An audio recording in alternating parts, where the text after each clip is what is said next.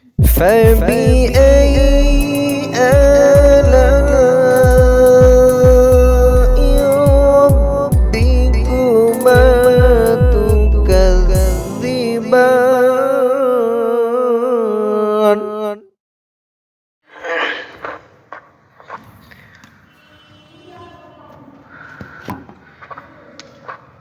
بسم اللہ الرحمن الرحیم نحمده ونصلی علی رسوله الکریم اما بعد قال اللہ تبارک وتعالی فی کلامہ الکریم اعوذ باللہ من الشیطان الرجیم بسم اللہ الرحمن الرحیم ان کنتم تحبون اللہ فاتبعونی یحببکم اللہ ویغفر لکم ذنوبکم واللہ غفور رحیم وقال النبی صلی اللہ علیہ وسلم لا یؤمن احدکم حتی اکون احب الیہ من والدہ وولدہ والناس اجمعین وقال النبی صلی اللہ علیہ وسلم لقد اوذیت فی سبیل اللہ ما یؤذی احد وقال النبی صلی اللہ علیہ وسلم یا ایہا الناس قولوا لا الہ الا اللہ تفلحوا او کما قال صلی اللہ علیہ وسلم۔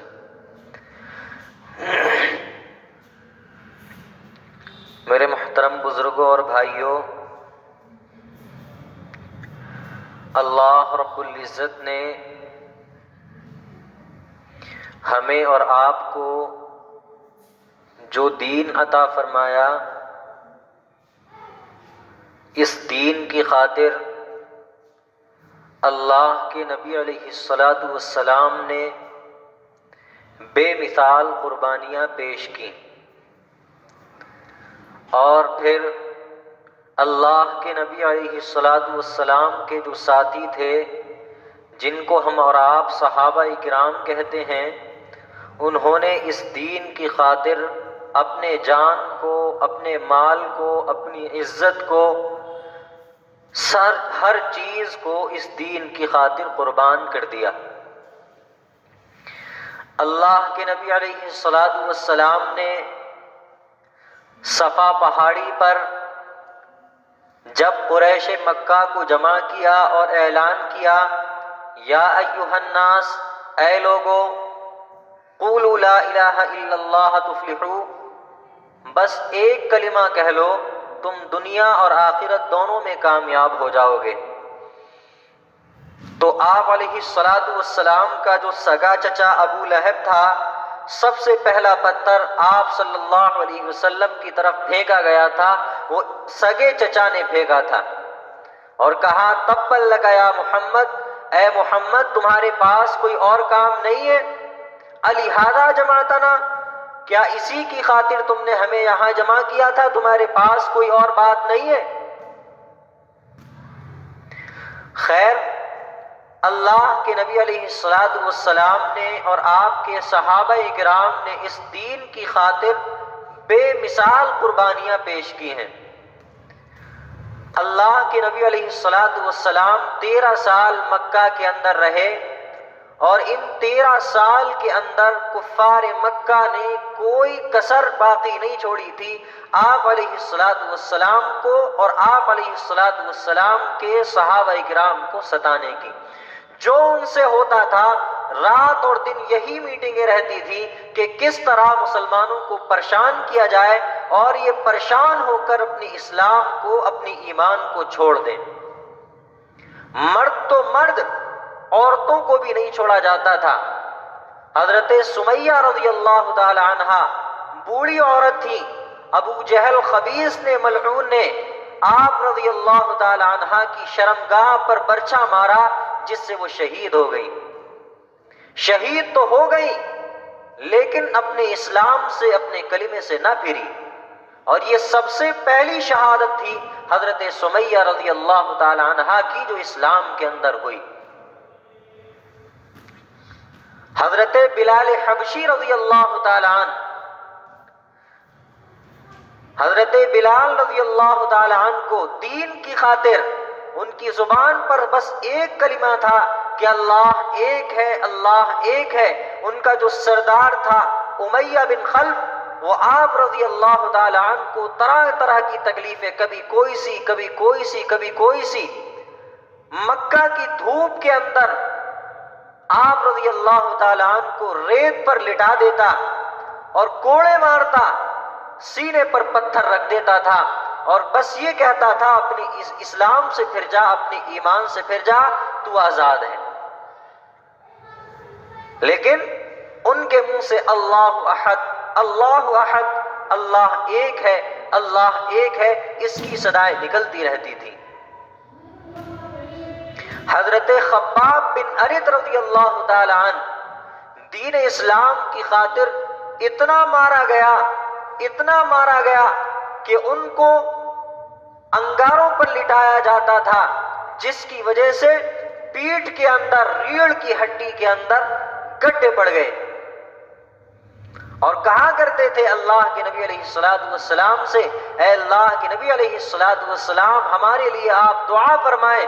اللہ کے نبی علیہ السلام ان کو استقامت کی دعوت دیتے کہ اے خباب صبر کرو، تم سے پہلے جو لوگ تھے ان کو، ایمان والوں کو، اسلام والوں کو لایا جاتا اور ان کو آرے سے چیر دیا جاتا تھا، تم بھی صبر کرو۔ بے مثال قربانیاں پیش کی، بے مثال قربانیاں۔ حضرت ابو بکر رضی اللہ تعالی عنہ جب اسلام کے اندر داخل ہوئے اور آپ علیہ السلام کی تصدیق کی، سرداروں میں سے گنے جاتے تھے مکہ کے اندر، اور جب اسلام کے اندر داخل ہوئے، اسلام لانا جرم تھا، ایمان کے اندر داخل ہونا جرم تھا، کفار مکہ نے آپ رضی اللہ تعالی عنہ کو اتنا مارا کہ مارتے مارتے بے ہوش کر دیا۔ حضرت حمزہ رضی اللہ تعالی عنہ آپ علیہ السلام کے چچا ہیں، رضاعی بھائی بھی ہیں۔ آپ علیہ السلام کی عمر میں اور ان کی عمر میں ذرا سا فرق ہے بس۔ اسلام کی خاطر کیسی قربانی پیش کی، بڑے بہادر تھے، بہت بہادر تھے۔ اسلام لانے کا واقعہ ان کا یہ ہے کہ ایک مرتبہ آپ علیہ السلام حرم پاک کے اندر موجود تھے، ابو جہل نے آپ علیہ السلام کو مارا، اور یہ سارا ماجرا حضرت حمزہ رضی اللہ تعالی عنہ کی بادی نے دیکھ لیا۔ جب حضرت حمزہ رضی اللہ تعالی عنہ شکار سے واپس آئے اور کہنے لگے، حمزہ آج تمہارے یتیم بھتیجے کو مکہ کے چودھری نے مارا، بس اتنا سننا تھا، فوراً حرم پاک کے اندر گئے۔ وہ ظالم وہ میٹنگ لگائے بیٹھا تھا اور آپ رضی اللہ تعالیٰ عنہ نے اس کے سر پر کمان ماری، خون کی دھار نکال دی اور کہا تو نے میرے بھتیجے کو یتیم سمجھا ہے۔ بدلہ لینے کے بعد آپ علیہ السلام کی خدمت اقدس میں حاضر ہوئے اور عرض کرنے لگے، محمد خوش ہو جا، میں نے تیرا بدلہ لے لیا۔ رحمت للعالمین، وہ رحمتوں والے نبی نے جواب دیا، چچا جان میں تو اس وقت خوش ہوں گا جب آپ اسلام کے اندر داخل ہو جائیں گے، کلمہ پڑھ لیں گے۔ اتنا سننا تھا کہ کلمہ پڑھ کر اسلام کے اندر داخل ہو گئے۔ اور یہ لکھا ہے کتابوں کے اندر، جب حضرت عمر فاروق رضی اللہ تعالیٰ عنہ اللہ کے نبی علیہ السلام کو قتل کرنے کے ارادے سے چلے تھے، اس وقت حضرت حمزہ اسلام کے اندر داخل ہو چکے تھے اور مٹھی بھر جماعت دار ارقم کے اندر رہا کرتی تھی۔ جب انہوں نے حضرت عمر فاروق نے دروازہ کھٹکھٹایا اور پوچھا گیا کون، کہنے لگے عمر، تو تمام ساتھی جو صحابہ کرام تھے وہ گھبرا گئے۔ حضرت حمزہ رضی اللہ تعالیٰ عنہ نے اس وقت جواب دیا کہ دروازہ کھولو، اگر عمر کا ارادہ صحیح ہے تو خیر مقدم ہے، اگر عمر کا ارادہ صحیح نہیں ہے تو اسی کی تلوار ہوگی اور اسی کی گردن ہوگی۔ یہ ہے حضرت حمزہ رضی اللہ تعالیٰ عنہ۔ جنگ احد کے اندر بڑی بہادری کے ساتھ لڑ رہے تھے۔ حضرت ہندا کا غلام حضرت وحشی، بعد میں اللہ نے ان کو ایمان کے اندر داخل کر دیا۔ ہندا نے شرط لگائی کہ اگر وحشی تم ان حضرت حمزہ کو شہید کر دو گے تو تم آزاد ہو۔ حضرت وحشی رضی اللہ تعالی عنہ اسلام کے اندر داخل نہیں ہوئے تھے اس وقت۔ موقع پا کر حضرت حمزہ رضی اللہ تعالی عنہ کو شہید کر دیا، اور اللہ کے نبی علیہ الصلوۃ والسلام کے چچا کے ظالموں نے، کفار مکہ نے 11 ٹکڑے کیے آپ کی ناش کے۔ ہاتھ کاٹ دیے گئے، پیر کاٹ دیے گئے، زبان کاٹ دی گئی، اور آپ علیہ الصلوۃ والسلام کے چچا کی لاش کا مسئلہ بنا دیا۔ آپ علیہ الصلوۃ والسلام اپنے چچا کے غم کو آخری وقت تک نہیں بھول پائے تھے۔ جب حضرت وحشی اسلام کے اندر داخل ہوئے تو اللہ کے نبی علیہ الصلوۃ والسلام نے کہا، وحشی تم میرے سامنے نہ بیٹھا کرو، میرے پیچھے بیٹھا کرو، جب میں تمہاری صورت کو دیکھتا ہوں مجھے اپنے چچا کا چہرہ یاد آ جاتا ہے۔ یہ قربانیاں پیش کی ہیں صحابہ کرام نے، جب جا کر یہ دین ہم کو ملا۔ اور اللہ کے نبی علیہ الصلوۃ والسلام کا ایک ایک صحابی کے دل کے اندر اپنے محبوب جناب محمد صلی اللہ علیہ وسلم کے لیے ایسی محبت تھی جس کی مثال رہتی دنیا تک نہیں مل سکتی۔ جنگ احد کا موقع ہے، اللہ کے نبی علیہ الصلوۃ والسلام کافروں کے مجمع کے بیچ میں آ گئے، اور ہر صحابی یہ چاہتا تھا کہ اللہ کے نبی علیہ الصلوۃ والسلام پر آنے والا تیر میرے سینے کے اندر پار ہو جائے اور محمد صلی اللہ علیہ وسلم کو خروش تک نہ آئے۔ کفار مکہ نے ایک صحابی کو پکڑ لیا اور ان کو سولی دینے سے پہلے کہنے لگے کہ تم اس بات کو پسند کرتے ہو کہ تمہاری جگہ محمد صلی اللہ علیہ وسلم کو پریشان کیا جائے؟ اس صحابی رسول نے جواب دیا کہ تم تو بہت بڑی بات کہتے ہو، ہم تو یہ تک نہیں چاہتے، ہمیں یہ گوارا نہیں کہ محمد صلی اللہ علیہ ہماری جان کے بدلے میں محمد صلی اللہ علیہ وسلم کے پیر میں ایک کانٹا بھی چبھے۔ یہ سکھلا گئے صحابہ کرام ہمیں حضور صلی اللہ علیہ وسلم سے کیسی محبت کرنی ہے۔ اپنا سب کچھ قربان کر دیا۔ حضرت ابو بکر صدیق رضی اللہ تعالی عنہ، ایک موقع ہے جہاد کا، آپ علیہ الصلوۃ والسلام نے اعلان کر دیا تعاون کرو۔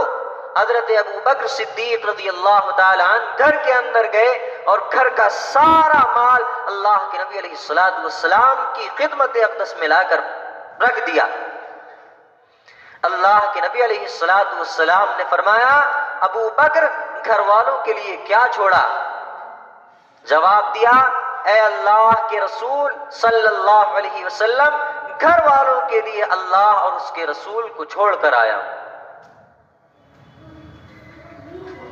اور ایسی قربانی پیش کی دین کی خاطر، اپنے دوست کے ساتھ ایسی وفاداری کے معاملہ کیا۔ اللہ کے نبی علیہ الصلوۃ والسلام فرمایا کرتے تھے کہ میں نے ہر ایک کے احسان کا بدلہ اس دنیا کے اندر دے دیا ہے، لیکن ابو بکر کا احسان کا بدلہ اللہ رب العزت عطا فرمائیں گے۔ یہ شان تھی صحابہ کرام کی، کر کے دکھلا گئے۔ حضرت عمر فاروق رضی اللہ تعالی عنہ کیسے جری انسان تھے، قتل کے ارادے سے نکلے تھے، لیکن جب قرآن کریم کی بارش دل پر پڑی، دل موم ہوا اور کہنے لگے مجھے محمد صلی اللہ علیہ وسلم کی قدموں میں لے جا کر ڈال دو۔ آپ علیہ الصلوۃ والسلام کو دیکھا، اسلام کے اندر داخل ہو گئے، اور داخل ہونے کے بعد وہ مثال پیش کی ہے، وہ قربانیاں پیش کی ہیں کہ ایک لمبی زمین، لمبے علاقوں میں آپ رضی اللہ تعالی عنہ نے حکومت کی، اور ایسا انصاف قائم کیا کہ آج بھی غیر بھی جو اسلام کے اندر داخل نہیں ہے، غیر مسلم ہے، وہ بھی حضرت عمر فاروق رضی اللہ تعالیٰ عنہ کے انصاف کے قائل ہیں۔ بیت المقدس کو فتح کر لیا، کیا شان ہے، لاکھوں کروڑوں میل تک حضرت عمر فاروق رضی اللہ تعالیٰ عنہ کی حکومت ہے، بادشاہ وقت ہیں اور بیت المقدس کی طرف جا رہے ہیں، خادم ساتھ میں ہے، یہ طے ہوا تھا کچھ دور تم چلو گے سواری پر، کچھ دور میں بیٹھ کر چلوں گا۔ جب وہ سرحد، جب وہ شہر قریب آیا تو باری حضرت عمر فاروق رضی اللہ تعالیٰ عنہ کے پیدل چلنے کی تھی اور غلام کی سواری پر بیٹھنے کی تھی۔ غلام نے عرض کیا آپ بادشاہ وقت ہیں، امیر المؤمنین ہیں، لوگ آپ کو دیکھیں گے آپ پیدل چل رہے ہیں اور ایک معمولی سا آدمی اونٹ پر بیٹھ کر چل رہا ہے۔ اس نے کہا آپ سوار ہو جائیے، میں اونٹ کی نکیل کو پکڑ کر چلوں گا۔ انصاف دیکھیں حضرت عمر فاروق رضی اللہ تعالیٰ عنہ کا، کہا جو طے ہوا تھا وہی ہوگا، میری باری ہے اونٹ کی نکیل پکڑنے کی، آپ سوار ہو اور میں تجھے بٹھا کر اور تیری سواری کی نکیل پکڑ کر اس کے اندر داخل ہوں گا، شہر کے اندر۔ یہ انصاف ہے حضرت عمر فاروق رضی اللہ تعالیٰ عنہ کا، اور وہ جلال اور وہ رعب اللہ رب العزت نے اپنے اس بہادر کو دیا تھا کہ شیطان جہاں بھی دیکھ لیتا حضرت عمر فاروق رضی اللہ تعالیٰ عنہ کو راستے کو بدل لیا کرتا تھا۔